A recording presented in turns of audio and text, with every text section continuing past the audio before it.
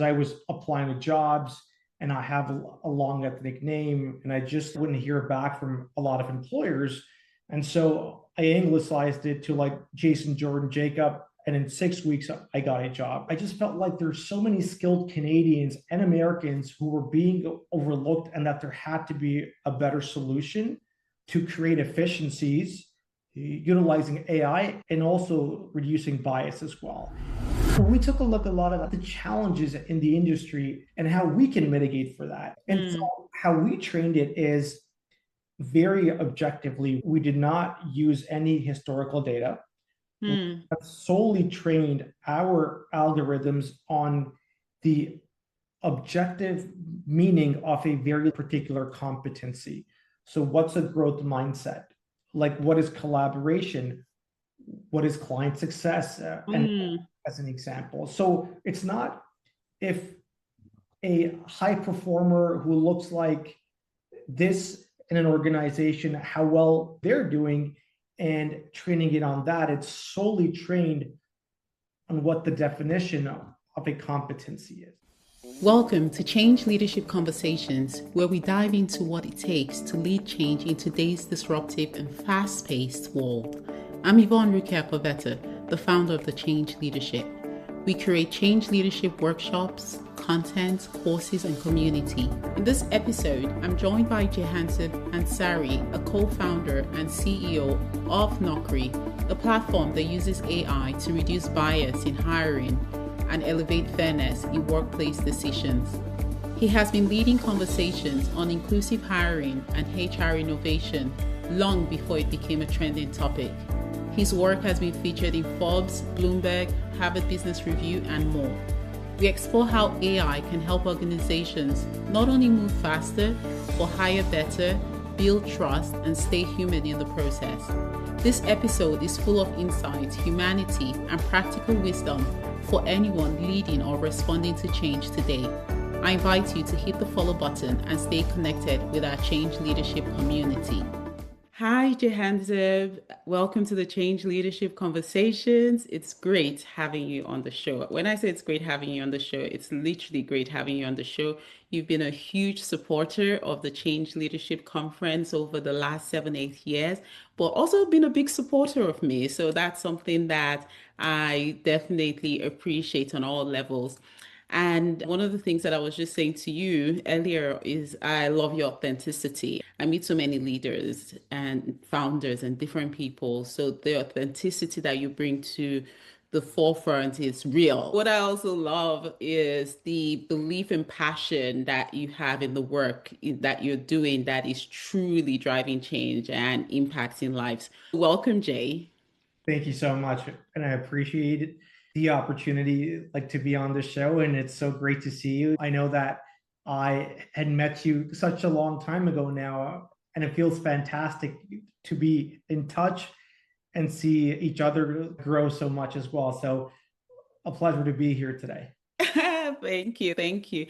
A lot of people have been talking about AI in the last 2-3 years. In the last even 1 month, AI is just getting bigger and bigger. But when I think about AI, when I think about HR, and I think about all of that intersection, I can't think about it and not think about you because you're a co-founder of Knockri and you've been sitting on the intersection of innovation, AI, and HR for the last 8 years. So for you, I'm sure you see everything going on and you think, oh, okay, they're finally catching up to some of the things that you've been pushing for a while. You've been in this bold space. So tell us, what has really shaped your journey? What has brought you to where you are now? What was that beginning for you that has driven you for the last 8 years? It's a couple of things, of course. Yvonne, you might know how I started off my organization. It was because I was applying to jobs and I have a long ethnic name and I just wouldn't hear back from a lot of employers. And so I anglicized it to like Jason Jordan Jacob. And in 6 weeks, I got a job. And not to try to gain any sympathy here, I just felt like there's so many skilled Canadians and Americans who were being overlooked and that there had to be a better solution to create efficiencies utilizing AI and also reducing bias as well. And at that time, when we had initially started, of course, and I spoke in 2018, I believe, one of your conferences, is there was a lot of fear around AI at that time. There was this extreme unknown and a lot of fear around this technology. And then as it came to about COVID time, a lot of the digital elements accelerated as it comes to adoption, and it was sort of forcefully adopted because we're just all at home now, right? And yes. yeah.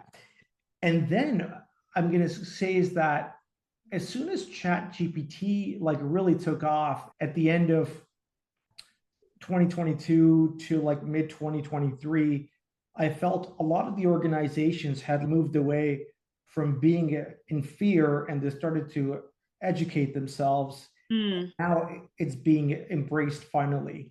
So it's been quite a transformational journey when I really take a look at the human behavior from that time to where we are now. So would you say that the COVID as well as Chat GPT, generative AI were some two major tipping points in the industry when we think even about AI and the future of work and the new world of work, which we now find ourselves? You know what? I think it's played a critical role in a lot of the acceleration. Absolutely. It's, if you think about it, overnight we are sitting at home now, and the supply chains are fully, they're like messed up, and a lot of the services that need to be like delivered as an organization have just shifted online. Yeah. It's just forced so many organizations to adopt solutions that they would have just never considered even in January of 2020. Yes. So maybe let's take a step back because you share about what drove you to kick off Knockri. Tell us a little bit about that solution. And you alluded to your story about the change in name, Jason Jacob, and getting their job. So tell us about Knockri. Tell us about that HR solution that Knockri does. Yeah. So essentially, we're an AI powered interview assessment solution that is used in the hiring and the promotions process. It's used by large organizations, including IBM, the stock exchange, large utility companies, a lot of the government of Canada departments as well, to streamline the hiring and to create efficiencies. So let's say you have thousands of people applying for a consultant job role. It's just not humanly possible for a recruiter to go through each and every single person in an efficient and a fair manner. And that's where like we come in, is we deliver a custom branded experience, and then we're solely transcribing their speech into text, and we're analyzing for certain behaviors that correlate to success predictors in a job role. So we're essentially like providing the organization with a lot more data on an individual that is less subjective, and it is based on the science out there. I like you're trying to remove the subjectivity from the hiring process. Someone out there might say AI in itself is already a little bit biased, right? And it's only as good as the data that it's working with. So how is Knockri solution helping to take away that bias, or how is it managing that bias, or how does that play a role in what it is that you're doing that you're sure it's not biased? That's such a great question. And it's so funny, Yvonne. Just a side story is that I was actually on Bloomberg, and this is the exact question. And it was the first question that she opened up and said that, how have you built a solution like this when AI is biased, right? And there is a extremely important sort of point to notice, is that a lot of the solutions out there are trained on historical data. So if you take a look at the case of Amazon, it's a great organization. I use them every day. But like back in 2018, they had created this like resume screening technology. And it was a bunch of male engineers who just trained the algorithm on just male names as it came to the resumes. So if there was a female who had applied, or if there's any indication that you're part of the girls like volleyball team, or any indication around that, would automatically kick out your resume. We took a look at a lot of the challenges in the industry and how we can mitigate for that. And so how we trained it is very objectively. We did not use any historical data. We have solely trained our algorithms on the objective meaning of a very particular competency. So what's a growth mindset? Like, what is collaboration? What is client success? And as an example. So it's not if a high performer who looks like this in an organization, how well they're doing, and training it on that. It's solely trained on what the definition of a competency is. And I think just the last like thing to add is that we do not utilize a large language model in our solution. So we stay away from that actually, because there are certain challenges, of course, as it comes to like deploying that. So we feel like it's best to stay away from that at the moment. And it's interesting that you talk about some of these behavioral competencies, and I like it. We're going less aware about the person, and it is the behavioral insights that is important when it comes to maybe the roles. That's why we've always had scenario-based questions at interviews. Now, this is putting more of a spin and a focus on, okay, let's test for what's factual and what the organization is looking for. So those competencies. AI is transforming various industries, no doubt about it. Every industry. I was having a conversation with someone yesterday and I said, can you tell me one thing AI hasn't touched on yet? It's literally touching everything I can think of at the moment. But HR has always been seen as a people-focused arena, right? Human resources is what HR means. I remember this once I was saying, oh, HR resources. I was like, did you say HR resources? How do you bring in the human side into something like AI to still put a focus on the human side of things? Yeah, and that's such a great question. And I feel like, like when I speak to a CHRO or like a VP of talent, we are very particular about not removing that person to person process. What we see with organizations and with recruiters is that if they can actually save their time on not having to do a lot of the tedious sort of work out there as it comes to looking at resumes or just scanning and searching, and they let those tedious and repetitive tasks be completed by AI, and then they would actually have a lot more time on their hands to focus on the human element of human resources. Yes, for sure. Going back to the bias question, are you finding that because we're having something like AI automation, scanning patterns, doing that work, it's become more necessary for people to have great resumes because that information is required because there's nobody reading between the lines. It's really what you're saying on your resume. That's the pattern that it's looking for. There's nobody recognizing, okay, maybe you went to this school or, oh, I have a friend that worked in this organization. It takes out all of those maybe human biases, right? But now somebody cannot have a great resume. I remember hiring a resource way back, a developer. This was years and years ago on my team. best resource I ever had and would hire him again and again. But he had one of the worst resumes I'd ever seen. I'd literally scanned through so many resumes and gone past his resume, and because the resume was terrible.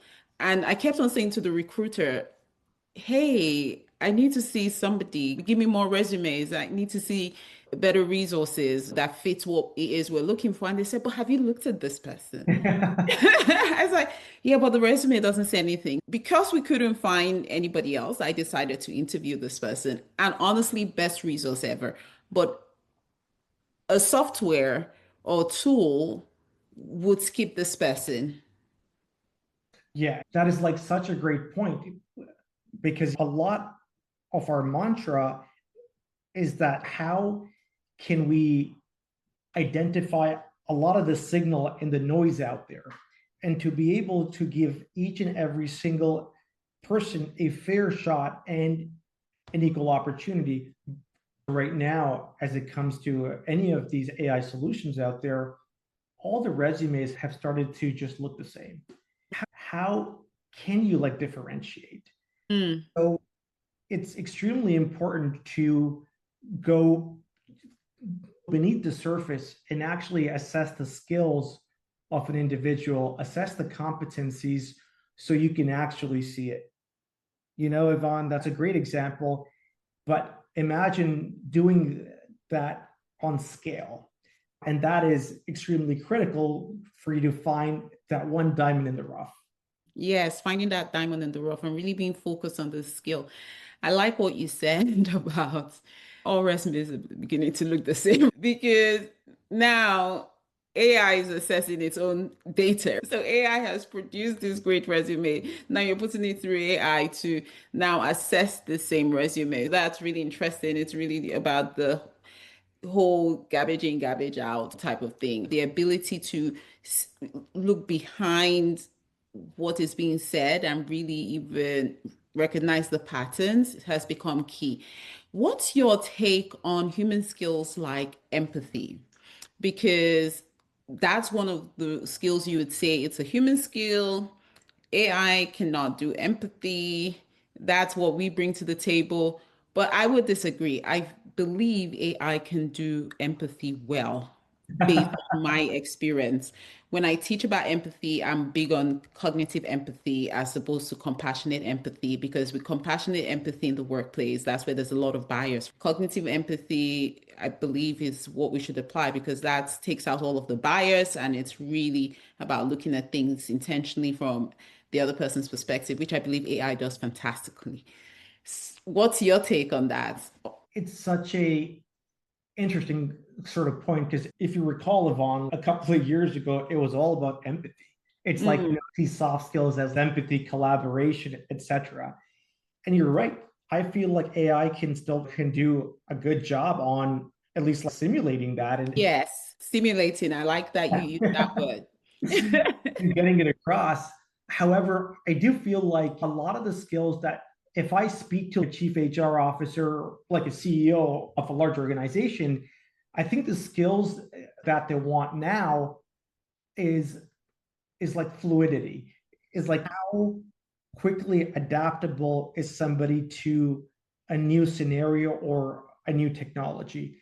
I've seen that to be one of the highest ranked skills that a lot of the organizations are looking for. And these are like Mm, durable skills that need to stand the test of time. And mm, of course, like collaboration and a growth mindset. I mm, think it's extremely critical because as we're all, of course, observing out there, technology is so rapidly shifting. And so, how can we have a workforce that can keep up with that? And so, it's so important that we identify these skills. And if they're not there, we have to train the workforce for these skills. okay, let's look at what you just said. If I got that, then I would love to dig deeper into that.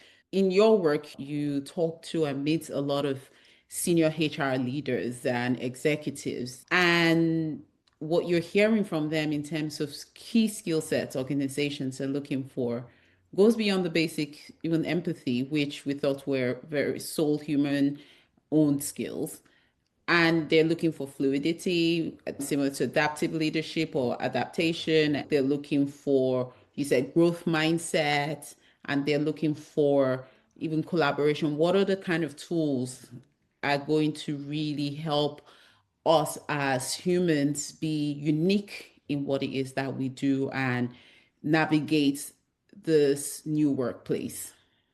Skills like these are extremely important for them to interact with the technologies as well. That is like one of the reasons that they're so like critical. One thing that I have missed out on over here are AI skills. And a lot of the organizations, they want the new workforce to have these very specific skills. And so, can they interact with certain technologies? Are they able to prompt these technologies to have a more efficient workflow? And the one extremely funny example would be honesty.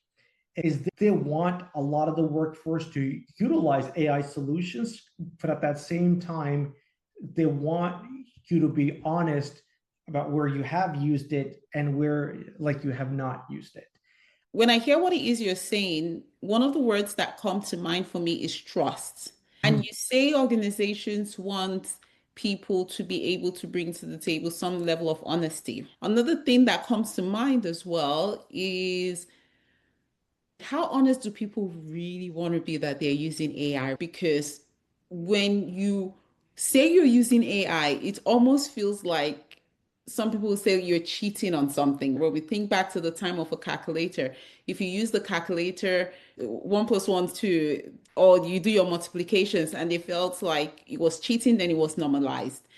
And then now you have AI who does things very quickly. And I've come across people who feel or would say outright that, oh, it's cheating using AI.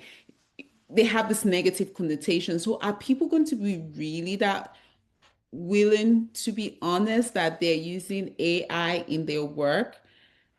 That's one question. And then the other question I'm going to come up to is the trust element. How do you build trust in a time when people feel that, oh, it's AI, right? That could likely be doing this. I listened to something the other day on BBC, and they say, how do you differentiate between what's AI and what's not AI? Because not everybody's going to tell you they're using AI. And they said, if you see any video on social media, first believe it's AI, unless proved otherwise. So don't believe anything is real these days. Just believe everything is AI, unless otherwise. That's the kind of sentiment that is out there. Going back to what you say about honest, how willing are people going to be honest that they're using AI? I think this is a very interesting topic because I feel like how we define honesty now, or even like dishonesty in the workplace, has changed. On the one side, is they want you to have these AI skills, but at that same time, though, they want you to be honest about where you're using it and then saying that it could be cheating, right? As an example. Firstly, at an organization sort of level, it's all trackable, of course, on the back end, like what have you used, et cetera, et cetera. However, though, giving them the freedom to learn on the job as well and not be penalized for utilizing these solutions, I think is going to be extremely important as they want them to be upskilled. Because I feel like if you are going to be very stringent on like defining it every single time and having to report on it, a lot of the folks who are on their journey might just say, no, we don't want to utilize this, right? So Yeah. it's a double-edged sort of sword there. But I do understand like some of the challenges as it comes to uploading very confidential data about a project or like sensitive info on there. And that has to be done in a very careful manner. Yes, I just feel that one day ChatGPT is just going to explode on us and all of those things that we've been uploading to ChatGPT.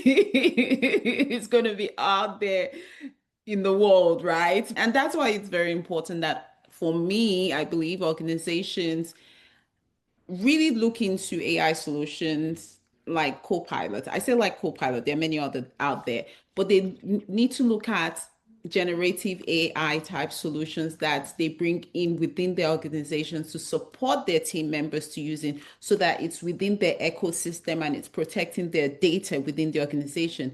Because if they refuse to bring in those solutions, guess what people are going to do? They're going to be using things like ChatGPT, which is public, and they're going to be putting sensitive data, organizational data into systems like ChatGPT, which may one day just, like I said, implode or explode, either way. And then now they're more exposed to it. The earlier they can appreciate that AI is definitely here to stay, and whether they like it or not, people are going to use AI, whether they bring it into their organization or people using it outside of their organization.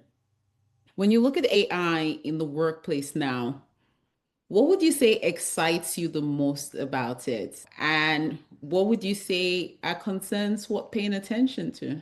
Something that does continue to excite me is, just making it extremely easy for organizations to, of course, hire and promote talent in a very efficient and in an unbiased fashion. But there's so many other applications out there, and a solution that is essentially like looking at your emails and it's starting to like create slide decks and it's starting to create like presentations, or it's triggering off like certain commands as it comes to agentic AI solutions, is what really excites me, because there's so much efficiency that we can capture with this technology now.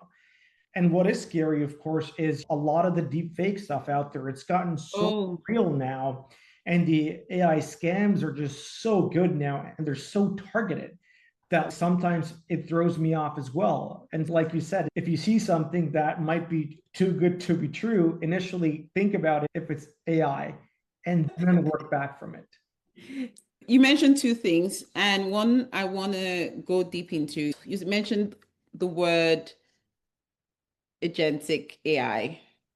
Tell us a little bit more about that word because we're hearing it more and more these days. I've tried to understand it myself and I can understand it, but I don't know that I can explain it. So I'm putting you on the spot now. What does agentic AI look like? Agentic AI is AI that is executing on several different like commands based on your specific prompt at times. And so essentially, as an example, if I receive an email from a customer who wants a presentation on a very particular area, and then they want to set up another conversation and they want me to group together a few of my colleagues, agentic AI is going to help you execute on those commands autonomously Mm, based on reading your email out there.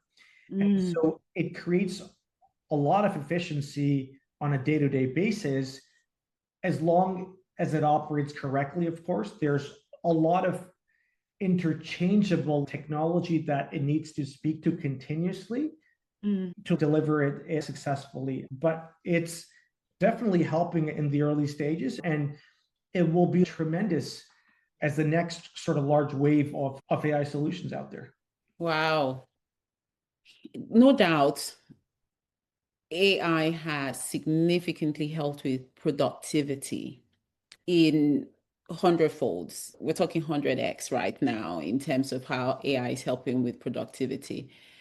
And in order to help with this level of productivity, what it's also done is required us to put in a lot of data, which we spoke about earlier. We're putting in a lot of data because, like you just mentioned, agentic AI, for it to really work in the way it should, it's speaking to a lot of systems, it's looking at all of your emails, it's looking at a lot of data, it's understanding you. I personally know how much of my data is in ChatGPT to make it as effective as it is right now for me. I have even things like my assessments in it there, which makes it more effective and tailored to me. So to get more out of it, you're having to put in more data, even from a prompt perspective. So that brings me to the question, when all is said and done, and we look at what AI is doing, the more it's doing for us and the more data we're having to put in there, and the more it's impacting jobs. When you hear the word responsible AI, what does that mean for you? Yeah, that's a multifaceted question. I would say it's like one is, of course, algorithmically, you're making sure that there are a lot of checks and balances in place. So it's not further creating any type of discrimination for a specific group of individuals. But I feel like the other element is, how and what you're feeding it. Mm, Because at the end of the day, if you have a lot of that information out there and so much confidential info out there, my concern would be that one day it gets hacked into. And mm, a lot of this is released out there.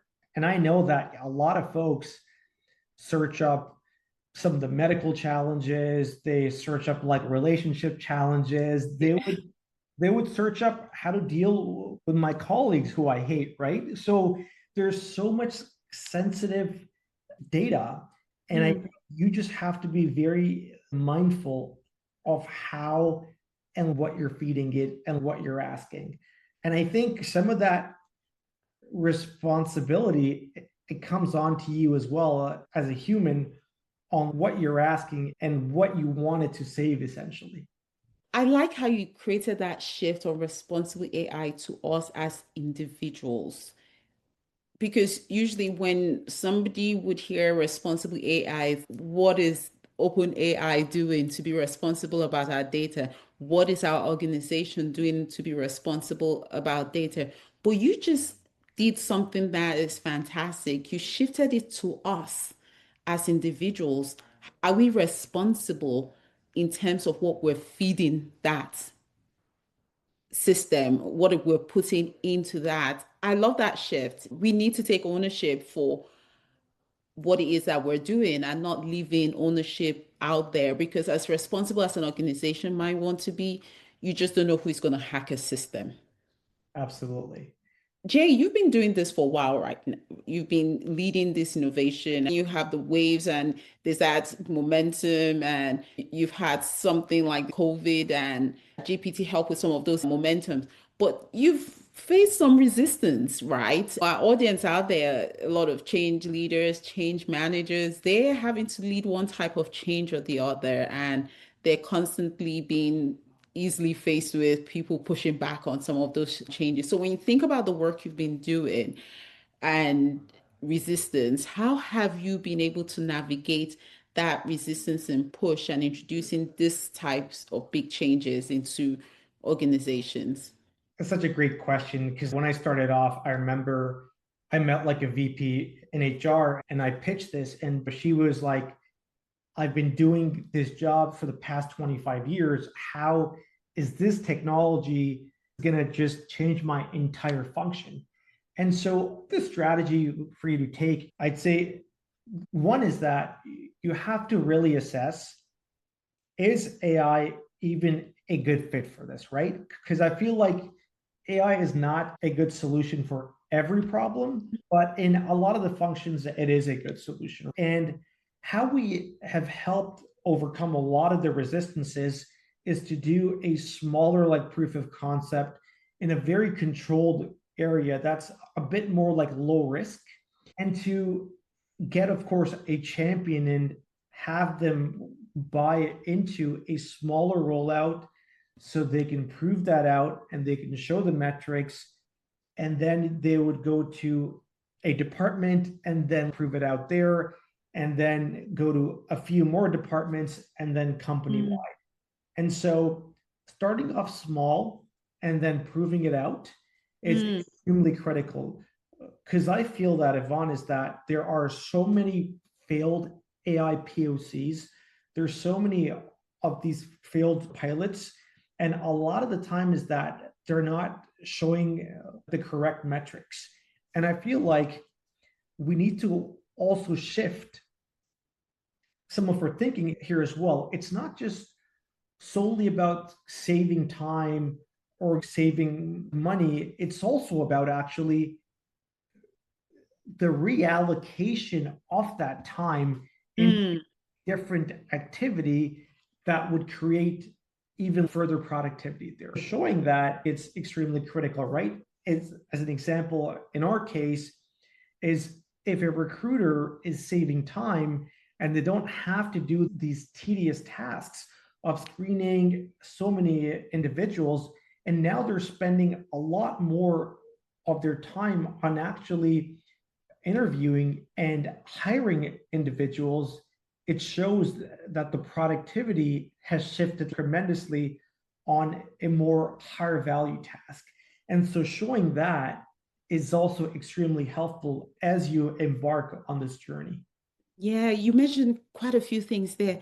And I was just trying to soak everything in. One of the things you mentioned, and taking it back to what we just spoke about on responsible AI, was what organizations need to be also thinking about is it's not only about, like you said, we're now creating more time or we're doing it better and faster, and suddenly it's saving money. So let's get rid of this person. But it's about taking people back to reallocating their time to really doing what needs to be done. And if we use human resources as an example, HR was, as a function, was developed to be more strategic, support people in the workplace. And when they start to use a lot of their time on administrative stuff, it doesn't allow them to do the business of HR. So having a tool like Knockri's tool for hiring and going through all those resumes takes away all of those administrative functions so that people can better focus on what adds more value to the organization. So I love that.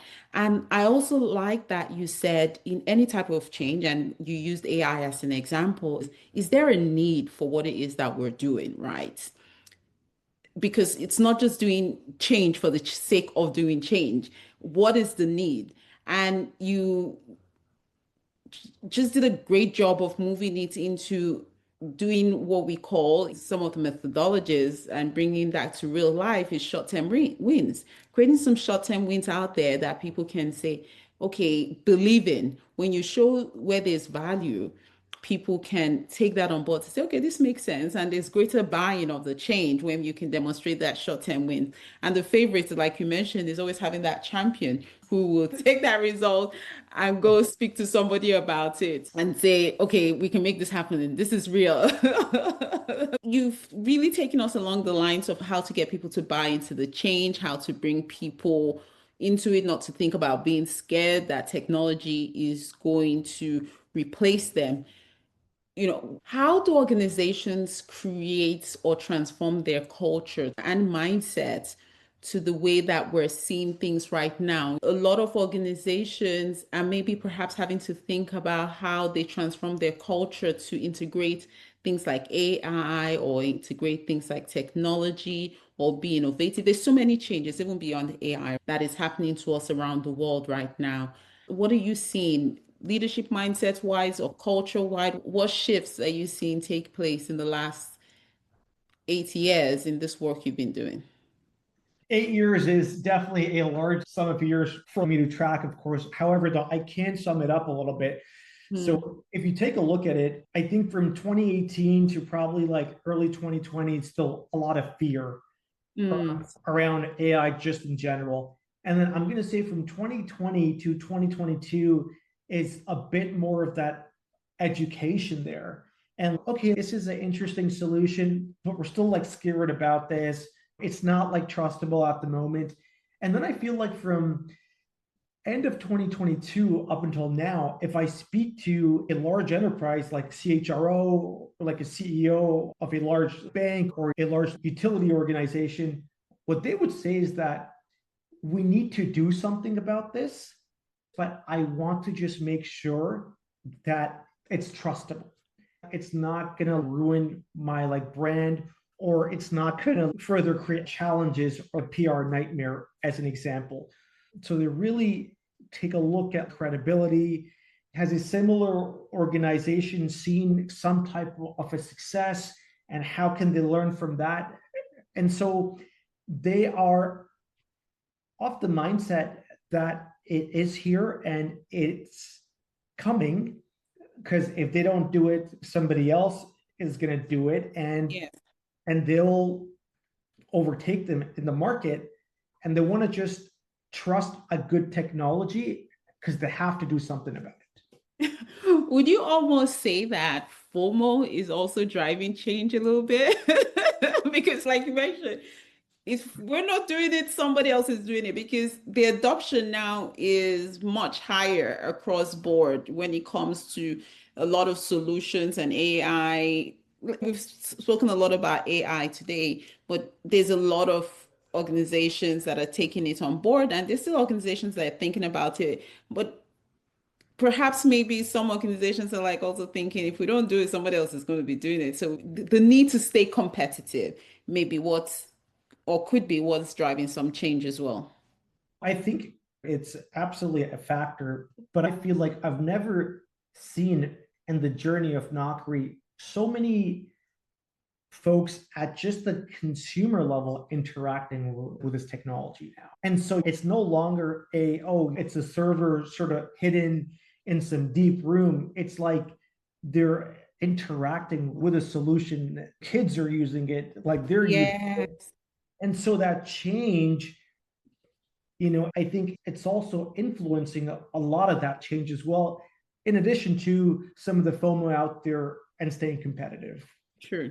So let's bring this home as we round it up. We've spoken about some of the biggest changes happening right now, like AI, and I'm sure you'd agree with me that we're no doubt experiencing unprecedented levels of change, disruption, uncertainty. Actually, certainty is now the new uncertainty when we think about it.